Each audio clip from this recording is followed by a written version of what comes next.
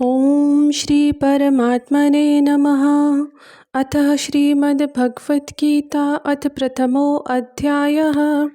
धृतराष्ट्र उवाच धर्मक्षेत्रे कुरुक्षेत्रे समवेतायुयुत्सवः मामकाः पाण्डवाश्चैव किम कुर्वत सञ्जयः।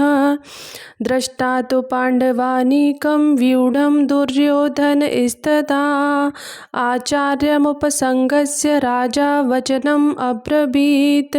पश्यैतं पाण्डुपुत्राणामाचार्यः महती चमूमं व्यूढां द्रुपदपुत्रेण तव शिष्येन धीमता। अत्र शूरा महिष्वासा भीमार्जुनसमायुधे युयुधानो विराटश्च द्रुपदश्च महारथः। दृष्टकेतुश्चेकितान् काशीराजश्च वीर्यवान् पुरुजित्कुन्तिभोजश्च शैब्यश्च नरपुङ्गवः। युधामन्युश्च विक्रान्त उत्तमौजाश्च वीर्यवान् सौभद्रौ द्रौपदेयाश्च सर्व एव महारथा। अस्माकं तु विशिष्टाये तात्रिबोधद्विजोत्तमं नायका मम सैन्यस्य सञ्ज्ञार्थतान् अब्रवीत् ते। भवानी भीष्मश्च कर्णश्च कृपश्च समितिञ्जयः अश्वत्थामा विकर्णश्च सौमदत्तिस्तथैव च अन्ये च बहवः शूरा मदर्थे त्यक्तजीविता नानाशस्त्रप्रहरणाः सर्वे युद्धविशारदाः। अपर्याप्तं तदस्माकं बलं भीष्माभिरक्षितं पर्याप्तं त्विदमेतेषां बलं भीमाभिरक्षितम्। अयनेषु च सर्वेषु यथा भागं वस्थिता भीष्ममेवाभिरक्षन्तु भवन्तः सर्व एव हि। तस्य सञ्जयन् हर्षः कुरुवृद्धः पितामहः सिंहनादं विनद्वैचे शङ्खदद्मौ प्रतापवान्। ततः शङ्खाश्च भैर्यश्च पणवानकगोमुखा सहसैवाभ्यहन्तस्य च शब्दस्तु मूलोऽब्रवत्।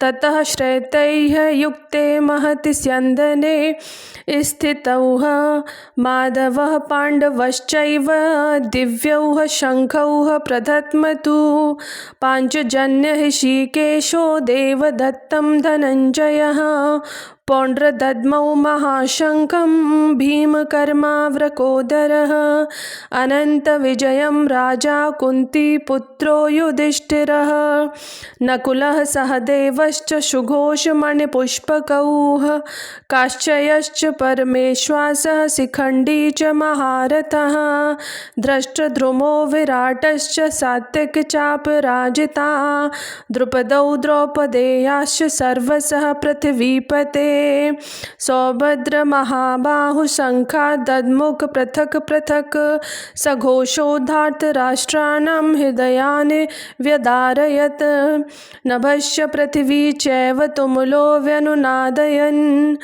अतः व्यवस्थितान् दृष्ट्वा धार्तराष्ट्रान् कपिध्वजः प्रवर्ते शस्त्रसम्पाते धनुर्धम्य पाण्डवः ऋषिकेशे तथा वाक्यमिदमाह महीपते।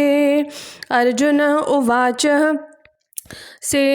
सेनयोरुभयोर्मध्ये रथं स्थापत्य मे अच्युतः यावदेतात्रिरीक्षे अहं योद्धाकामनावस्थितान् कैमर्या सह योद्धव्यमस्मिन् रणसमुद्यमे योत्स्यामानानवेक्षेऽहं यः एते अत्र समागताः धार्तराष्ट्रस्य दुर्बुद्धयुद्धे प्रियचिकीर्षवः।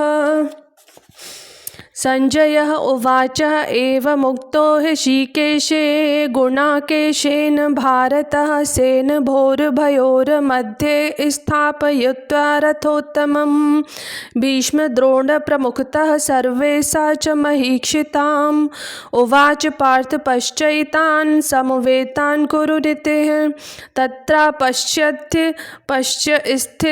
स्थितितान् पार्थ पितृनथः पितामहान् आचार्यन् महातुला भ्रातृपुत्रौ पौत्रौ सखी स्थिता श्वशुराणां सुहृदश्चैव सेनभयोरपि तान्स्मीक्ष्य स कौन्तेय सर्वान् बन्धून् वस्थितान् कृपया पर्याविष्टो विषीदत्रे अब्रवीत्।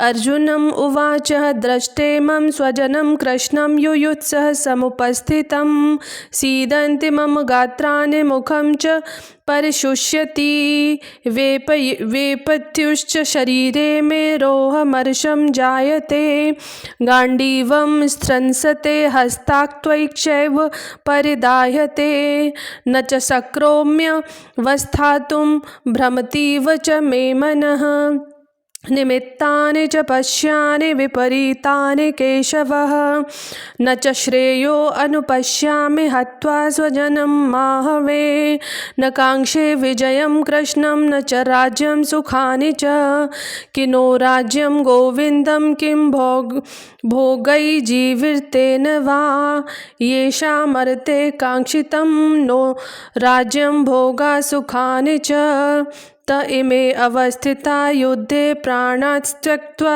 धनानि च आचार्यः पितरः पुत्रास्तैव च पितामहा मातुला श्वशुरा पौत्रा श्याला सम्बन्धिन स्थिता एतात्र हन्तुमिच्छामि घ्रतोऽपि मधुसूदनम् अपि त्रैलोक्यराज्यस्य हेतो किं न मही कृते निहत्यं धार्तराष्ट्राणां का प्रीति स्याज्जनार्दनं पापमेवाश्रयेदस्मा हन्त्वैतानात् तायिनं तस्मात्राहार्य वयं हन्तुं धार्तराष्ट्रान् स्वबन्धवान् स्वजनं हि कथं हत्वा सुखिनं स्याम माधवः यद्यप्येन पश्यन्ति लोभोपहत चेतसः कुलक्षयकृतं दोषं मित्रद्रोहे च पातकं कथं न गेयमस्माभिः पापादस्मात्त्रिवर्तितुं कुलक्षयकृतं दोषं प्रपश्य द्विजनार्दनः कुलक्षये प्रणश्यन्ति कुलधर्मा सनातनः धर्मे नष्टे कुलं कृष्ण धर्मो अभिभूतः अधर्माभिभवा कृष्णं प्रदुष्यति कुलस्त्रियः स्त्रीषु दुष्टानुवाष्णेय जायते वर्णसङ्करः सङ्करौ नरकायेव कुलघ्राणा कुलस्य च पतन्ति पितरो होश्यां लुप्तिपिण्डो दकक्रिया दोषैरतैकुलघ्राणा वर्णसङ्करकारकैः उत्स्याद्यन्ते जातिधर्मा कुलधर्माश्च शाश्वता उत्सन्नकुलधर्माणां मनुष्याणां जनार्दनः नरके अनियतं वासो भवतीत्युनुश्रुषम् अहो बत महत्पापं कर्तुव्यवसिता वयं यद्राज्यसुखलोभेन हन्तु स्वजनमुद्यता यदिमां प्रतीकारं शस्त्रं शस्त्रपाणयः धार्तराष्ट्रारणे हन्युस्तमन्मे क्षेतमरं भवेत् सञ्जयः उवाचम् एवमुक्त्वा अर्जुनः सङ्ख्ये रथोपस्थः उपाविशत् विसृज्य सशरं चापं शोकसंविग्नमानसः ॐ तत्सत् श्रीमद्भगवद्गीतासु उपनिषत्सु ब्रह्मविद्यायां योगशास्त्रे श्रीकृष्ण अर्जुन संवाद योगो नाम प्रथमो अध्यायः। धृतराष्ट्र बोले कि हे अर्जुन, हे संजय, धर्मभूमि कुरुक्षेत्र में इकट्ठे हुए युद्ध की इच्छा वाले मेरे और पांडु के पुत्रों ने क्या किया। इस पर संजय बोले, उस समय राजा दुर्योधन ने व्यूह रचना युक्त पांडवों की सेना को देखकर और द्रोणाचार्य के पास जाकर यह वचन कहा, हे आचार्य, आपके बुद्धिमान शिष्य द्रुपद पुत्र धृष्टद्युम्न द्वारा व्यूहाकार खड़ी हुई पांडुपुत्रों की इस बड़ी भारी सेना को देखिए। इस सेना में बड़े बड़े धनुषों वाले युद्ध में भीम और अर्जुन के समान बहुत से शूरवीर हैं। जैसे सात्विक और विराट तथा महारथी राजा द्रुपद और धृष्टकेतु, चेकितान तथा बलवान काशीराज, पुरजित, कुंती भोज और मनुष्यों में श्रेष्ठ शैव्य और पराक्रमी युधामन्यु तथा बलवान उत्तमौजा। सुभद्रा पुत्र अभिमन्यु और द्रौपदी के 5 पुत्र ये सभी महारथी हैं। हे ब्राह्मण श्रेष्ठ, हमारे पक्ष में जो भी प्रधान हैं उनको आप समझ लीजिए। आपके जानने के लिए मेरी सेना के जो सेनापति हैं उनको मैं आपसे कहता हूँ। एक तो स्वयं आप और पितामह भीष्म तथा कर्ण और संग्राम विजयी कृपाचार्य तथा वैसे ही अक्षुत्थामा, विकर्ण, सोमदत्त का पुत्र भूरिश्रवा तथा और भी बहुत से शूरवीर अनेक प्रकार के शस्त्र अस्त्रों से युक्त मेरे लिए जीवन की आशा को त्यागने वाले सब के सब युद्ध में चतुर हैं। भीष्म पितामह द्वारा रक्षित हमारी वह सेना सब प्रकार से अजेय है और भीम द्वारा रक्षित इन लोगों की यह सेना जीतने में सुगम है। इसीलिए सब मोर्चों पर अपनी अपनी जगह स्थित रहते हुए आप लोग सब के सब निस्संदेह भीष्म पितामह की ही सब ओर से रक्षा करें। इस प्रकार द्रोणाचार्य कहते हुए दुर्योधन के वचनों को सुनकर कौरवों में वृद्ध बड़े बड़े प्रतापी पितामह भीष्म उस दुर्योधन के हृदय में हर्ष उत्पन्न करते हुए उच्च स्वर से सिंह की नाद के समान गर्ज कर शंख बजाया। उसके उपरांत शंख और नगाड़े तथा ढोल, मृदंग, नरसिंह आदि बाजे एक साथ बजे। उनका वह शब्द बड़ा भयंकर हुआ। उसके अनंतर सफ़ेद घोड़ों से युक्त उत्तम रथ में बैठे हुए श्री कृष्ण महाराज और अर्जुन ने भी अलौकिक शंख बजाए। उनमें श्री कृष्ण महाराज ने पांचजन्य नाम का शंख और अर्जुन ने देवदत्त नाम का शंख बजाया। भयानक कर्म वाले भीमसेन ने पौंड्र नाम का महाशंख बजाया। कुंती पुत्र राजा युधिष्ठिर ने अनंत विजय नामक शंख और नकुल और सहदेव ने सुघोष और मणिपुष्पक नाम वाले शंख बजाए।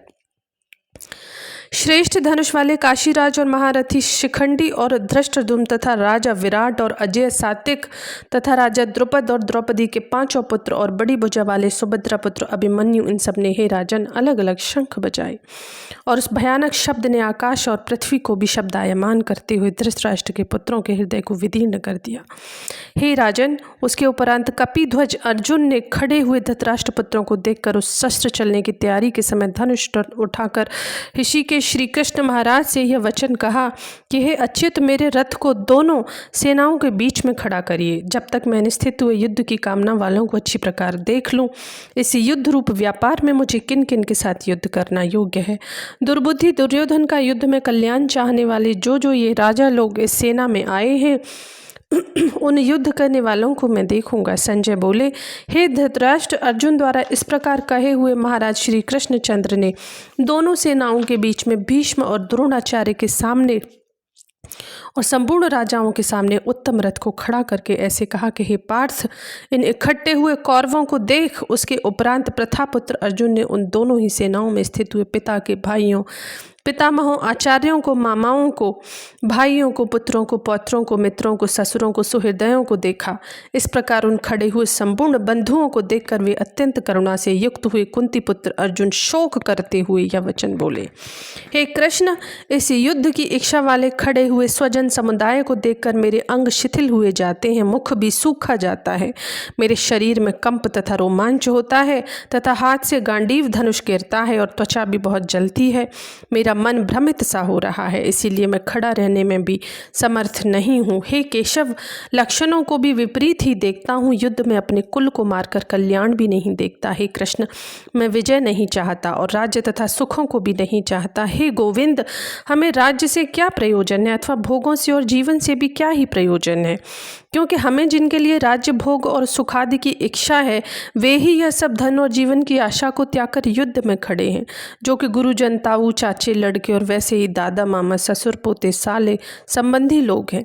इसीलिए हे मधुसूदन, मुझे मारने पर भी अथवा 3 लोगों के राज्य के लिए भी मैं इन सबको मारना नहीं चाहता, फिर पृथ्वी के राज्य की तो बात ही क्या है। हे जनार्दन, धृतराष्ट्र के पुत्रों को मारकर भी हमें क्या प्रसन्नता होगी, इन आताताइयों को मारकर तो हमें पाप ही लगेगा। इससे हे माधव, अपने बांधव धृतराष्ट्र के पुत्रों को मारने के लिए हम योग्य नहीं हैं, क्योंकि अपने कुटुंब को मारकर हम कैसे सुखी होंगे। यद्यपि लोभ से भ्रष्ट चित्त हुए ये लोग कुल के नाशकृत दोष को और मित्रों के साथ विरोध करने में पाप को नहीं देखते, परंतु हे जनार्दन, कुल के नाश करने से होते हुए दोष को जानने वाले हम लोगों को इस पाप से हटने के लिए क्यों नहीं विचार करना चाहिए, क्योंकि कुल के नाश होने से सनातन कुल धर्म नष्ट हो जाते हैं। धर्म के नाश होने से संपूर्ण कुल को पाप भी बहुत दबा लेता है तथा हे कृष्ण, पाप के अधिक बढ़ जाने से कुल की स्त्रियां दूषित हो जाती हैं, और हे वाष्णेय, स्त्रियों के दूषित होने पर वर्ण संकर उत्पन्न होता है, और वह वर्ण संकर कुल घातियों को और कुल को नरक में ले जाने के लिए होता है। लोप हुई पिंड और जल की क्रिया वाले इनके पितर लोग भी गिर जाते हैं, और इन वर्ण संकर कारक दोषों से कुल घातियों के सनातन कुल धर्म और जाति धर्म नष्ट हो जाते हैं। तथा हे जनार्दन, नष्ट हुए कुल धर्म वाले मनुष्यों का अनंत काल तक नरक में वास होता है, ऐसा हमने सुना है। अहो, शोक है कि हम लोग बुद्धिमान होकर भी महान पाप करने को तैयार हुए हैं, जो कि राज्य और सुख के लोभ से अपने कुल को मारने के लिए उद्यत है।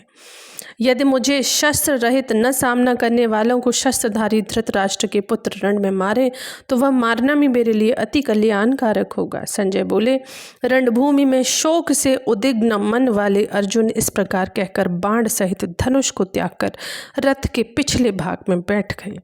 इत श्रीमद्भगवत गीता रूपी उपनिषद एवं ब्रह्म विद्या तथा योग शास्त्र विषय श्री कृष्ण और अर्जुन के संवाद में अर्जुन विषाद योग नामक पहला अध्याय। जय श्री कृष्ण।